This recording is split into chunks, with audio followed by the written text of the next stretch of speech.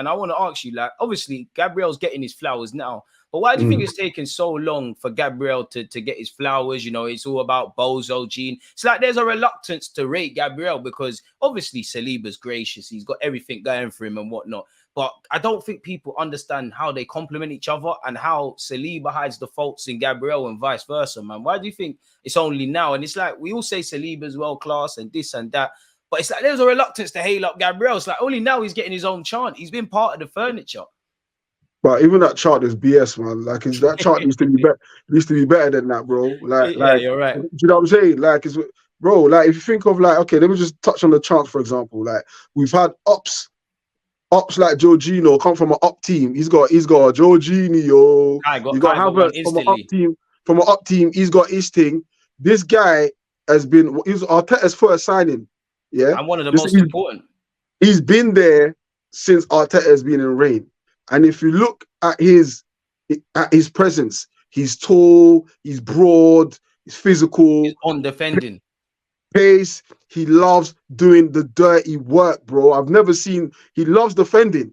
Anyhow, anyway. There's nothing fancy about him. Do you know what I'm saying? Like, he's very un-Brazilian. Like, maybe that's probably what it is the fact when you think of Brazilian, there's a certain prestige, caliber, and class that comes with being a Brazilian. And maybe he just doesn't have that Brazilian quote-unquote ness about him. And maybe that's why he isn't highlighted. But if you look out through history, if you look at like centre-back pairings, there's always one that gets the credit. You know, if you think about Rio Vidic, Rio was the shining light. If you think about Terry Carvalho, Terry is the one that get the shining light. So there's always one that is the shining star, you know, which is Saliba. I'm not mad at that because Saliba is what we think he is. Do you know what I'm saying? Like, but Gabriel is the dirty work. Like I said in one of my AFTV interviews, they call him Saliba the Rolls Royce and Gabriel's the tractor. Do you know what I'm saying? He's the industrial. You need to respect him, man. He's a Bentley as well, man. Bro, tractors are worth more than Bentleys. Go and buy a tractor. Yeah. Trust, you're right. Actually, you're right. Actually, you're right. Them things are like a half more near a mil than they are anything else. You're you know right, what I'm saying? So it depends how you want to look at it, but I just think it's one of those things that I don't think two centre backs can get the shine at the same time. But what I do think is within our fan base, we need to appreciate Gabriel more. We really, really need to appreciate Gabriel more. This guy is Arsenal through and through. He's from the moment he stepped in, couldn't speak a word of English, made it his responsibility to speak English, to bed in. Do you know what I'm saying? And it's only now I think certain people are starting to see it. Do you know what I'm saying? Because Saliba's had a few off games and, you know, Gabriel's level is like, oh, hold on. Gabriel's actually still keeping that consistent level up. Do you know what I'm saying? But listen, I love the guy. I tagged him in something the other day. I saw he's watching. I was like, all right, cool. Like I'm always singing his praises. And you know, listen, let's not lie. The Bozo gene does play a part. But even that's kind of been. But I think that's unfair. I think it's harsh. I think it's very harsh because I think like if you think like a lot of players defensively, even goalkeepers make errors. Like Alisson makes errors on the. Alisson and Van Dijk did it in the recent game. Them not make errors on the basics. You know what I'm saying? Like he doesn't make as many more errors than Van Dijk. He doesn't. Do you know what I'm saying? Van Dijk at the time plays in a better team. We're just only coming up now, so it's not as highlighted as much. But I think Gabriel needs to get his flowers, bro. And he's still on top of that. He's still young. And that's what people forget with centre backs as well. Even with Saliba, like even when like you just said it there, and I agree. Saliba's had his little dip in form. I do think Saliba. I always say it's like you got two. Like it's like we're all the dads.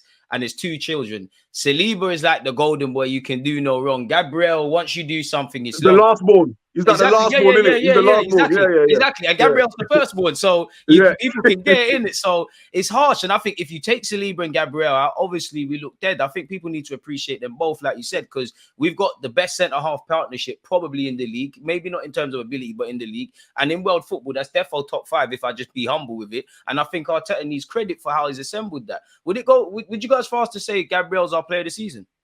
Yeah, for sure.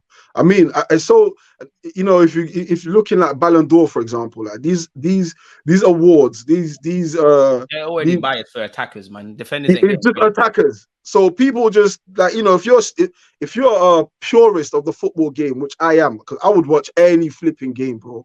Like whether it's lower league, as long as someone's kicking a ball and is on TV, I'm more likely to sit down and be entertained by it. Facts. I'm a purist. So you know what? So exactly what I'm saying is, it's more than just the attackers, bro. It's more than the guys who score the goals. Like, you know, sometimes you got to look at the defenders. Like myself, I played. We know this. There we go. It's proven. It's a proven fact, bro. It's not an opinion. That I played football. You know, the level I played at, I was a centre back, so I can appreciate that big, ugly. You know what I'm saying? That's me in it, like big, black and ugly, bro. Like I can appreciate, I can appreciate that side of the game, bro. Like just putting your head on the line, putting your foot, just moving man about, dashing man about, just dying to not concede. Do you understand? So for me, of course, he's our player of the season. So like, you might look at your Odegaard, you might look at I mean, who's a standout attacker? You know, your Leos, like. You know, Jesus. It's gonna be mad as well, and it's a side topic I was gonna ask you. Like, could you say Saka? Because a couple weeks ago, people say, "Oh, he's having a slow season." Now every week there's new stats, there's mad stats. I think he's got 20-odd goal contributions. He's on course to get more than he got last year. Like, you could say Saka, and I feel it could be Saka, but I also feel that it's not Saka. I actually feel it's Gabriel slyly. No, I think you got some of these things. Some of these things, like you already touched and said, like some of these things are very attacking bias in it. Like, look, Saka's always going to be in the conversation. His level of consistency since his debut, and you know, till now, man. Internationally and on club level, bro, it's scary. It's absolutely scary. And the fact he's humble with it, he doesn't speak much about these stats. He always thanks and praises his teammates because he acknowledges that, listen, it's not just me that's out here doing that. Do you know what I'm saying? So if he's giving it to his teammates, I'm more inclined to give it to Gabriel, because I feel like, you know, if you're talking about being a parent, you know, having children, sometimes you got to look at the child who's most improved. You know, he's the most improved. Like, look, you've been washing your dishes. You know, you've washed the dishes. You're cleaning the house. You know what I'm saying? You're looking after your little brothers and your sisters. Like, you might not be getting the top grades in school, but you're doing everything else well. So sometimes you can give the award in the help that it would give you the confidence to improve even more.